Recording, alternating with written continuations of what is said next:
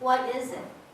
It's a method for people to communicate, to clarify, to plan, and to achieve a goal. To achieve a goal. In feedback, you motivate, the person giving the feedback motivates, and they try to make it a dual effort.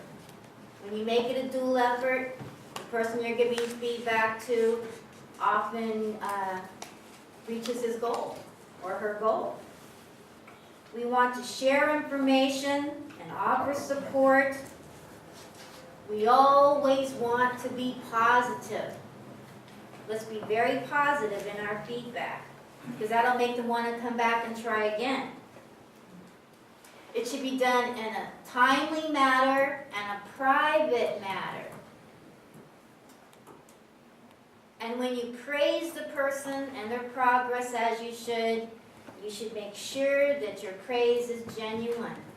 Because if it's not, you'll lose credibility and everything will go downhill from there. Okay, now for my feedback with Ken on the memory challenge. And this will be from 3 to 5.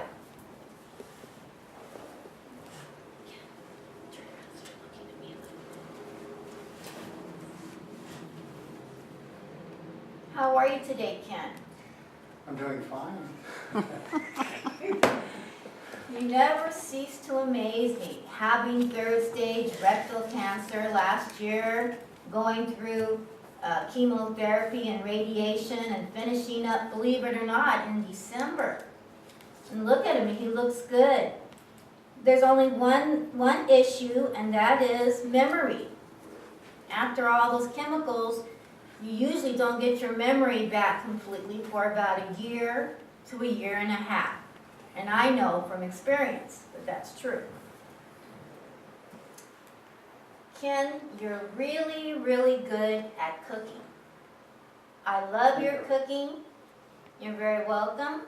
And it's become almost a hobby with you. You're very good at putting the dinner on. But then you go to your office and you get involved in a project and you forget to turn off the dinner. How could I help you? Is there any way that I could help you remember to go into the kitchen and turn dinner off? What are your thoughts? Well, I do get very distracted and I lose myself in what I'm doing on the computer and time just goes by. And that's a seditious problem I have with remembering that I need to get in there and turn it off before it burns. I generally do turn it down because I do that before I go into the office. I get it to the boiling or whatever and then I turn it down, let it simmer. But then I go in and get caught up in what I'm doing and forget. Well, how could you remember when that timer goes off, how could you remember to go to the kitchen and turn dinner off and go back to your project? Well, one of the things is I have a tough time remembering to take the timer into the office with me, so I don't always hear it.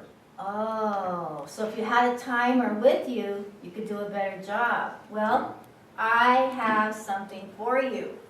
A timer on a rope, like a soap on a rope. Now you have something to take with you. You can time your dinner. Okay. Can I wear this while I time my speeches? Also, Ken, you come up with some really, really good ideas. Even now, when your memory isn't as good as it used to be, but it will be good again. You come up with all these wonderful ideas, but then you have no way to put them down, and you forget about them. That's true. And you tell me, I had a wonderful idea, but I can't remember what it was. So, is there any way that I could help you? Yeah, that's an issue. I've for years now had problems with memory, short-term memory, just because I'm getting old. And then the chemo on top of it has made it worse. For example, I'll get up to go to another room to do something. By the time I get there, I forgot why I'm there, and I have to go back and backtrack and try to do what I was doing again, and then see if I can jog my memory and go back. And it's very frustrating. I don't know what to do to remember.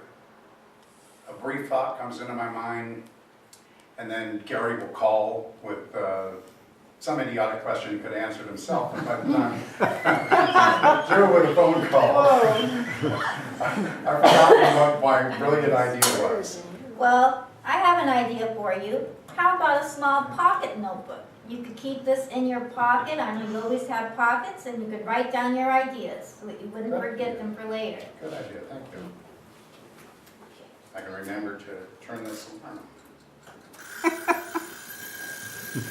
I hope that I do as good a job as you do when I'm older or when I need it about managing my pills. He takes a lot of pills during the day, but he manages them himself. He manages to put them out, but not always to take them. Is there any way that I could help you, Ken, remember to take your pills on time? I want you to be healthy. One of the problems, the nutritional supplements aren't a big deal. They can be taken almost any time, the best after a meal, and I usually do because I have them in front of me. But my lisinopril and glipizide are both supposed to be taken 30 minutes before I eat breakfast and dinner. And one of the problems is we have not been consistent about, especially since you've been home now, about when we eat, so I can't know when 30 minutes before that will be. All right, so then you need me to help you by making sure we eat consistently at the same time so that you'll be able to take your pills. All right, well, in conclusion, to remember about turning off dinner, we've given you a timer. And to write down your ideas, we've given you a pad.